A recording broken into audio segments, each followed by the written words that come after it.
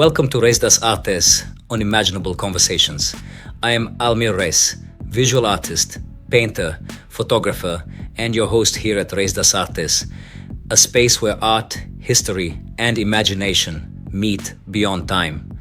And today, our guest is one of the most revolutionary painters in the history of art.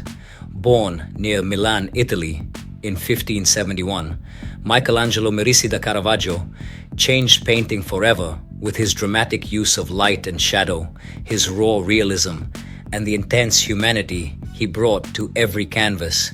He painted saints like ordinary men, transformed darkness into emotion, and created works that still feel alive more than 4 centuries later.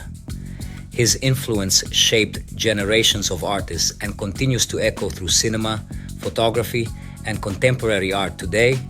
Caravaggio. Almir, thank you for inviting me to Reis das Artes.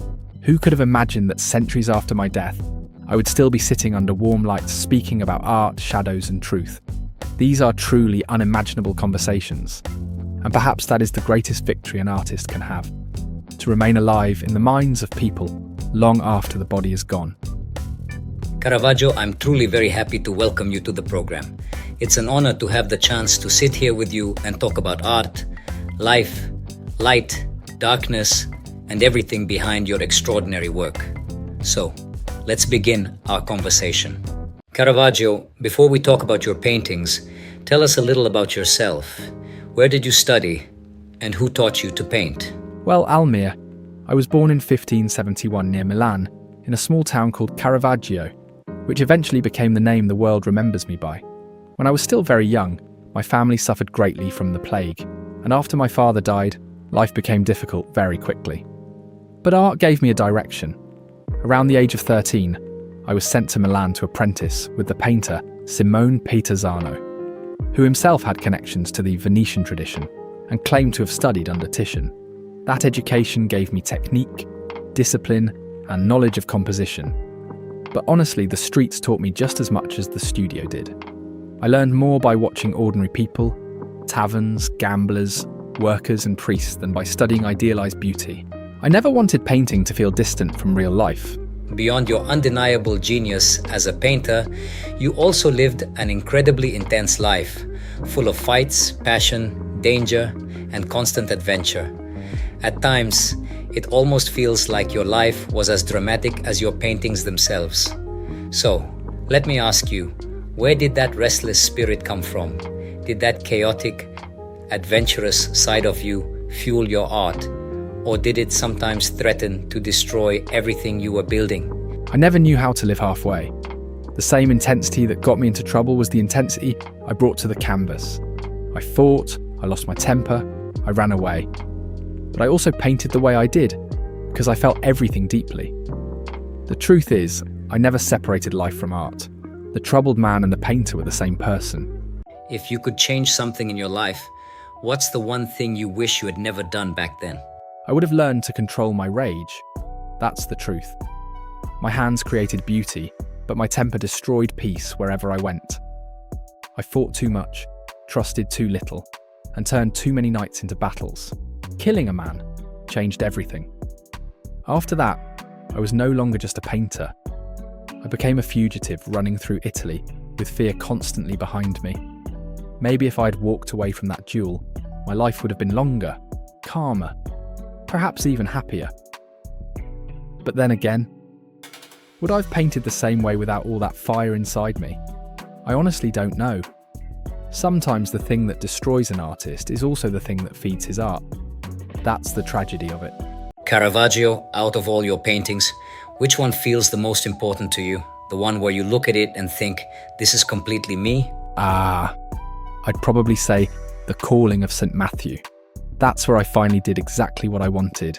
I took ordinary people, guys who looked like they belonged in a Roman tavern, and turned the scene into something divine. And that beam of light, it's not just light, it feels like God walking into the room. I think that painting is where I truly found my voice. Why do you choose ordinary people, the poor, and even outcasts as models for saints and biblical figures? Because Christ came for real men, not for perfect statues. Truth lives in wrinkles, dirty hands, and tired eyes. I do not wish to paint distant angels. I wish to paint humanity standing before God. Caravaggio, tell me, your paintings have very strong contrasts between light and shadow. What does that light represent to you? Well, Ulmir. Light reveals the instant when the soul is struck. Shadow is the ordinary world. Light is divine intervention, conscience, destiny. Without darkness, light has no power. Did you ever imagine that one day one of your paintings would be found forgotten in an attic and suddenly become worth millions? Ulmir, honestly, that sounds exactly like something that would happen to my work. My life was chaos. Paintings disappeared. Changed owners. Were hidden away during wars, debts, all kinds of madness. I can easily imagine one sitting in the dark for centuries, while people walk past it every day without knowing what it was. And then one person notices the light, the shadows, the emotion, and suddenly the painting breathes again. I actually like that idea. There's something beautiful about a work of mine returning from darkness into the light after so long. Master Caravaggio, do you feel misunderstood or treated unfairly as an artist? Very often. Well, people speak more of my fights, my sins, and my excesses than of what I placed upon the canvas. Many prefer obedient and elegant artists. I showed the naked truth of mankind, and truth disturbs people. But I believe that after my death, my paintings will speak louder than my enemies. Be honest with me. You, Leonardo da Vinci, Tiziano, Michelangelo, all of you great masters of painting. What do you think about Impressionism and Cubism? And I'll go even further. What's your opinion on contemporary art?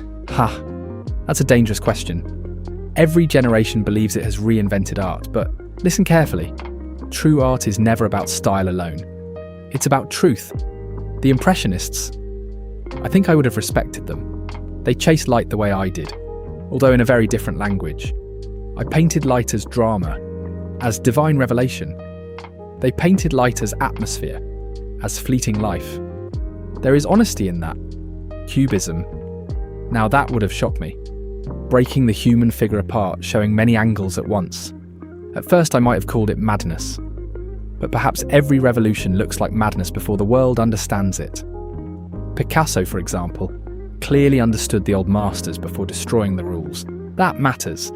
As for contemporary art, there lies the real problem. Some of it is brilliant, fearless, alive, but much of it feels empty to me. Art made more for theory, money, or provocation than for the human soul. In my time, people cried in front of paintings because they saw themselves inside them. Today, sometimes it feels like people stand in front of art trying to understand a concept instead of feeling something. But I will say this, every era has frauds, and every era has geniuses. Time is the only true judge. Even I was hated by many in my own lifetime. Tell me honestly, nowadays we have photography, social media, short videos. Artists can show their work to the entire world in seconds. If you were alive today, would you use those tools? What do you think about them in art? Of course I would. Do you really think I'd miss the chance to provoke the entire world at once? I loved shocking people, creating tension, making them talk.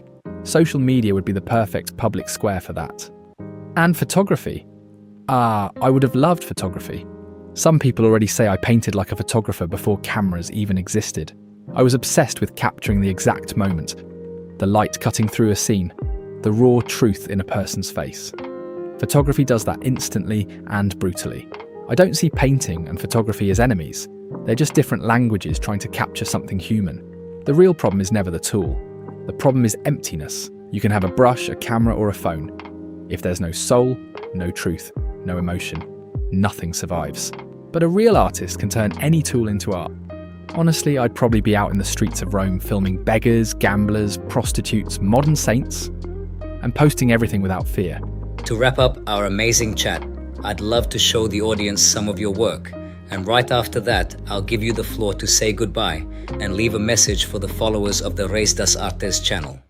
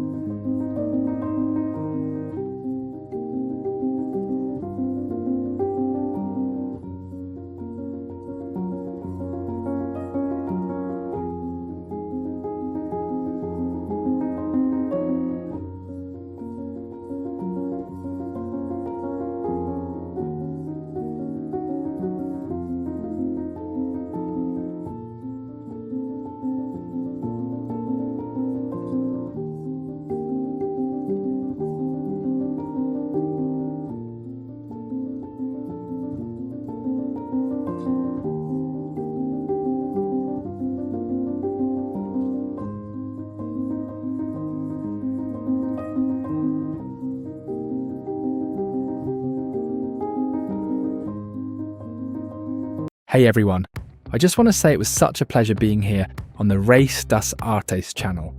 Thank you so much for all the love and support. And please, don't forget to subscribe to the channel, hit that like button, and share this video with your friends. It really helped the channel grow and keeps amazing conversations like this alive. Life goes by so fast, so always try to follow your passion, believe in yourself, and never let fear stop you from creating, loving, or dreaming big. Stay positive, stay inspired, and keep bringing your art and energy into the world.